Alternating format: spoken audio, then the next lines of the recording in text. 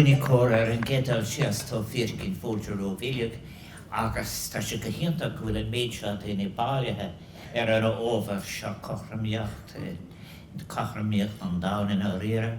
Agus cumála sin gan buchas an chríos na heagrais na cúlachta na cuairt ceaman is gata as an méid daoine a cheol siad doing anew, Trano. May I just say that Sabina and I have the greatest pleasure in offering you the warmest welcome to Oris and Outteron. And I have to say immediately that I was so pleased that all of the different organizations, trade unions, different advocacy groups and those who are working at the forefront of all of this, they sent us such wonderful people, and we got very, very fine representations right across Irish society. And I think the fact that we have great weather and we are going to have great entertainment, but this is such an important theme.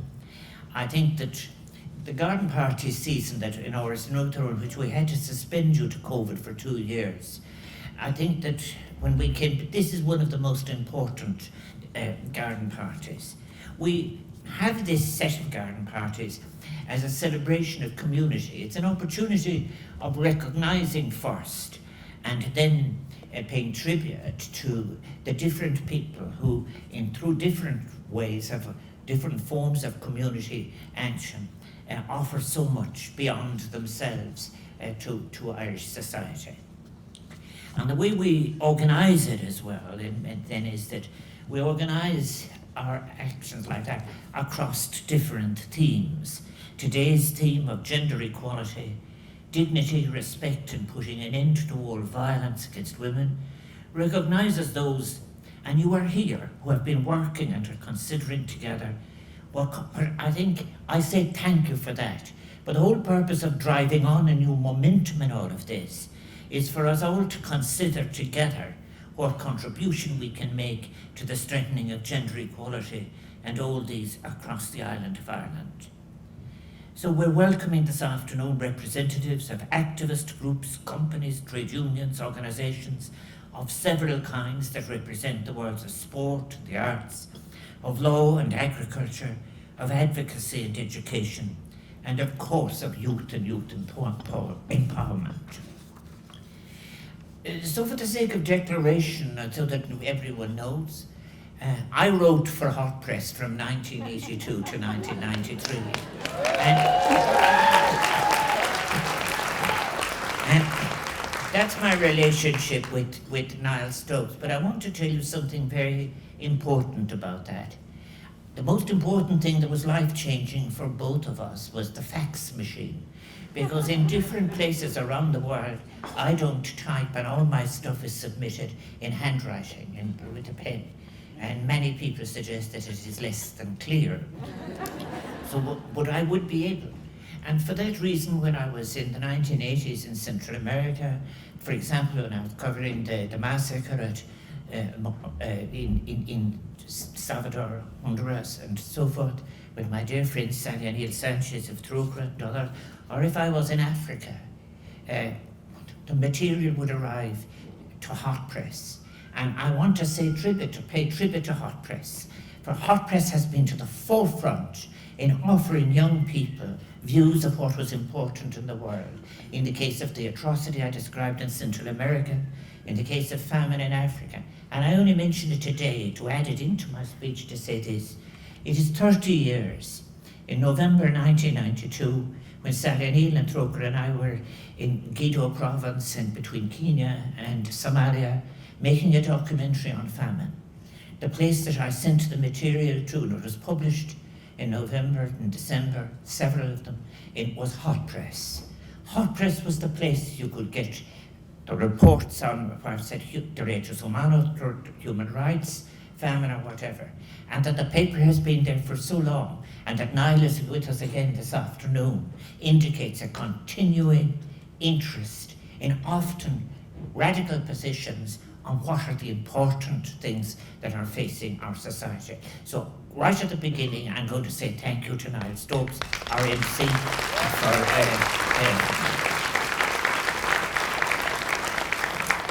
I think that your own attendance here, all of you, representing yourselves and representing the organisations you're here, is an expression of the great will and capacity that we know exists to address these most important issues of gender equality, dignity and respect. So from my heart, I so thank you for coming here. Niall has already mentioned about my own relationship to the HeForShe campaign. I was asked by the Under Secretary General and Executive Director of UN, United Nations Women, to inscribe my name on that list of people committed to the HeForShe campaign back in 2015.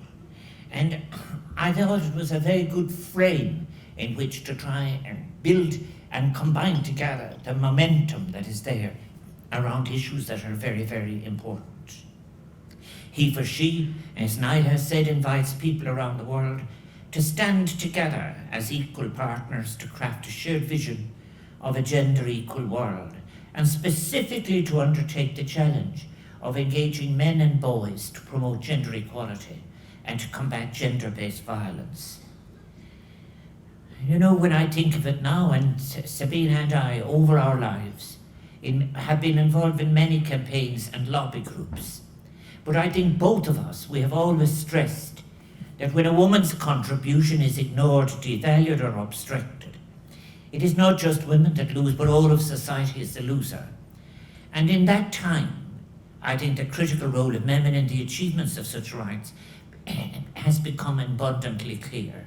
For there can be no doubt that the crafting of society with the stamp of an ever-deepening recognition of equality is a duty that must be shared by all, and that any sustaining silence as to the acceptance of a flawed society with its inequalities and its violences perpetuates a version of society that fails us all.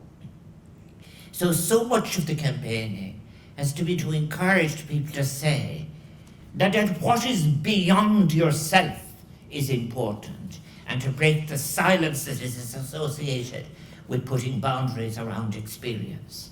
We have in Ireland made, in many respects, progress in recent years towards becoming a more inclusive society, one that recognises the voices of many who once felt forced to remain silent, to emigrate, confined to the margins, discriminated against, and in too many cases made vulnerable by toxic combinations of intolerance and prejudice and ignorance.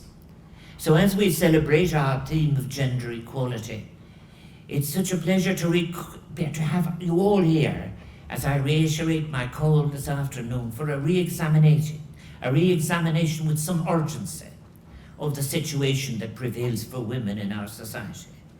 In recent times, we have been shocked and saddened by accounts of tragic events of violence leading to the deaths of young women with so much potential and possibility for their lives, so much to offer. But then there are so many women too who've been grievously let down by a society that continues in some sections to tolerate behaviour that allows women become the victims of inequity, belittlement, abuse and aggression. You've heard it already about the figures between 2020 and today. The rise during the COVID epidemic in domestic violence has sounded a very loud warning as to where we stand in these issues, a warning we cannot afford to ignore. The figures are frightening. Women's Aid's last annual report showed that they received a total of 33,821 disclosures of domestic violence during 2021, 19,902 relating to emotional abuse, 4,707 to physical abuse, 1,104 to economic abuse, and 2,383 to sexual abuse.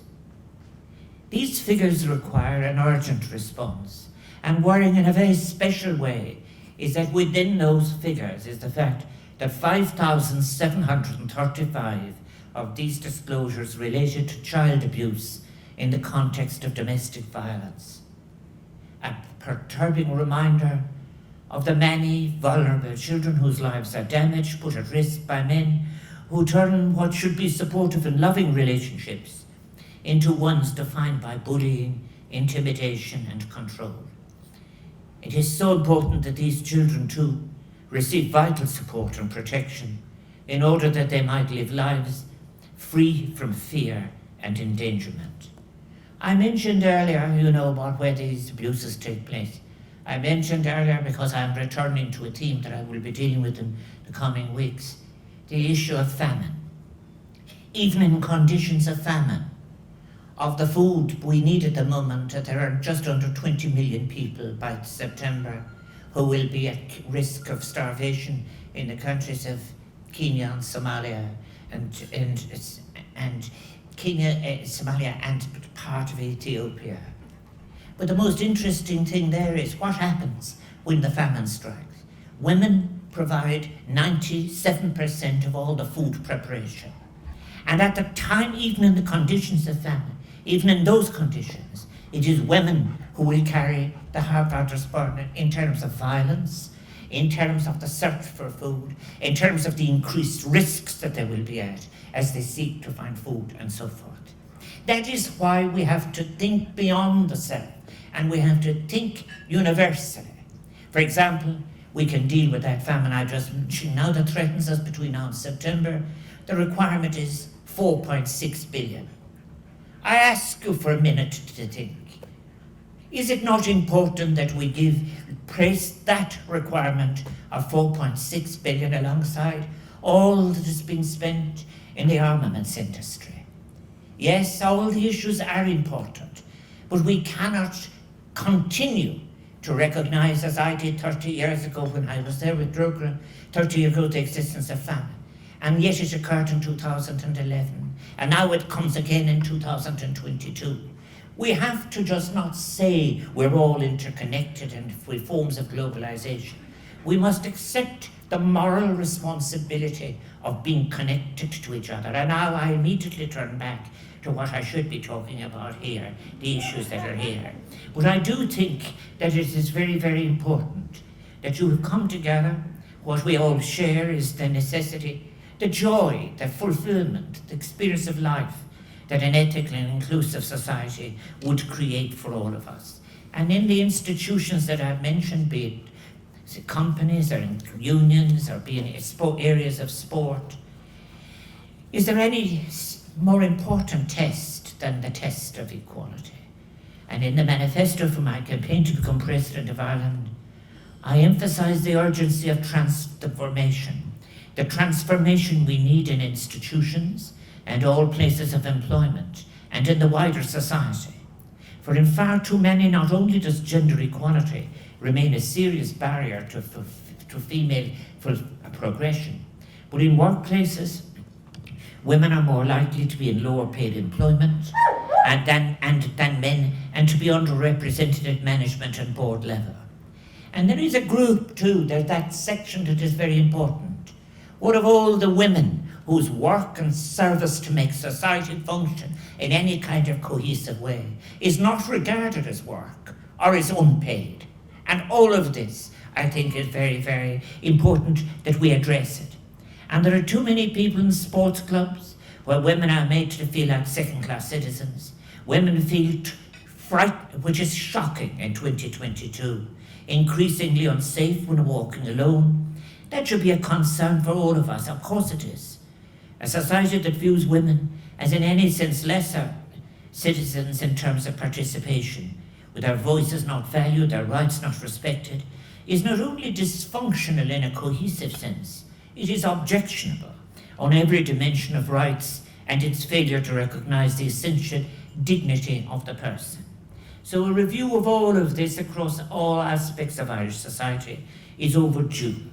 And we must recognise and reject too the many often small, barely visible ways in which we collectively create a society that at best ignores and at worst facilitates and allows the casual discrimination that women are forced to experience in their daily lives. The society reproduces itself not only by actions, the society reproduces itself by silences silences of people who choose to ignore those issues that we're speaking about today. It is not enough, you see, to refrain or to not personally take part in unacceptable actions. We must raise our voices and unite in demanding the removal of all those barriers, obstacles, and intimidatory actions that prevent women from feeling respected and safe in our schools and universities, in our national institutions, and at work in its paid and unpaid forms, and organisations on our sports fields and on our streets, and worst of all, in their own homes. We must recognise how destructive in any social or psychological sense are versions too of hierarchy and aggression when they are combined with gender exclusion in a way that goes far beyond status assertion. And it is so crucial that we ensure that our children learn in both their homes and every other environment of the importance of respecting equality, the voices of all their fellow citizens, and of course, that has to include rejecting any notion of discrimination based on race, religion, sexuality, social background, or gender. We must, in all areas and sections of Irish society, begin to consider and discuss the ways in which we're often at best quietly ignoring and sometimes facilitating and enabling the discrimination and abuse that so many women suffer and tolerate in their daily lives. If a culture accepts and fails to speak out against the daily forms of mistreatment and belittlement of women, it is a culture that is silently being taken for granted. It escalates with often serious consequences, such as emotional and physical cruelty, exploitation, and death. You will, I hope, as you go through the House, see a campaign that is very much spearheaded by Sabina, and that is, we show about the Sustainable Development Goals that were agreed in that one moment of joy and hope on our planet in 2015. Goal number 5 calls on the nations of the world to achieve gender equality and empower all women and girls. And I remember when I was appointed a HeForShe champion, I said, 1 hour is too long for us to have to wait for an end to all violence against women. And within goal number 5, there's a specific target to eliminate all forms of violence against all women and girls in public and private spheres, including trafficking and sexual and other types of exploitation. So those 17 Sustainable Development Goals and the related 169 targets were adopted by the largest gathering of world governments in history at that time. They are now universal objectives for all nations, and together we have a duty to ensure that they are brought to achievement. And I hope that when all the killing stops and this awful moment of returning to militarism again has passed, that we will not have lost the space and the opportunities for the advancement of these goals. I think as well, and it is very important when I was speaking of the countries suffering from famine, there is never any cultural expectation, cultural exception that should be placed between these goals and life. But in being united in commitment and positive action, together we can construct the foundations for a better, stronger, and more just society, a nation that truly deserves to be called a democracy. It isn't just a dream, it can be achieved. That is shared by all of you here. And I do want to thank you for the work that you have been doing, the work that you are now undertaking. And I'm inviting you to make commitments to each other and your organisations and between each other. We will drive it all on together, seeking to achieve together our unfinished agenda. I do want to say, because this garden party, like the others we had, they're made possible by the wonderful workers here, for example, from the OPW who work here in Oris and Outram. And I want to say thank you to them for the generosity with which they approach it all, and not just their colourless skin.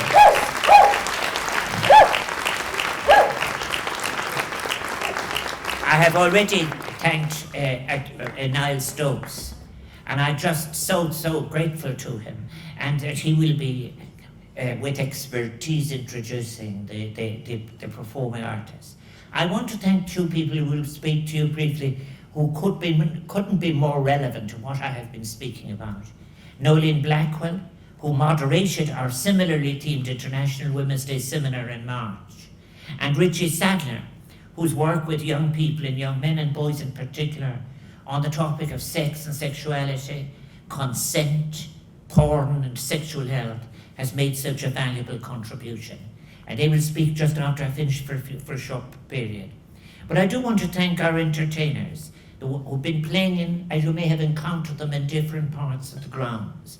Pianist David O'Connor, who's been inside in the house. The Dublin Ukulele Collective, you've been listening to. And then we have Colin O'Harrigan's Strat Group. And of course, when you will all be moving after all these speeches, the Swing Cats. As you know, when embarking on a campaign for change, that's right, Broad, and to unite people, there is something that is even more powerful than slogans and banners maybe, and that is music.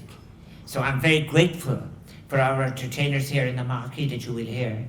Tom Barry, Tolu McKay and Moxie. And Sabina and I are very, very much looking forward to listening to these wonderful artists. On my own behalf, I'm Mahan Hain as a Sangaptan in Oris and Utron. A very special thanks I've said to all the members from the different parts of the OPW here in Oris and Utron for their hard work, their unfailing good humour. The staff of the Secretariat, who actually really did such a good job in contacting you all and getting such a good representative turnout for this afternoon.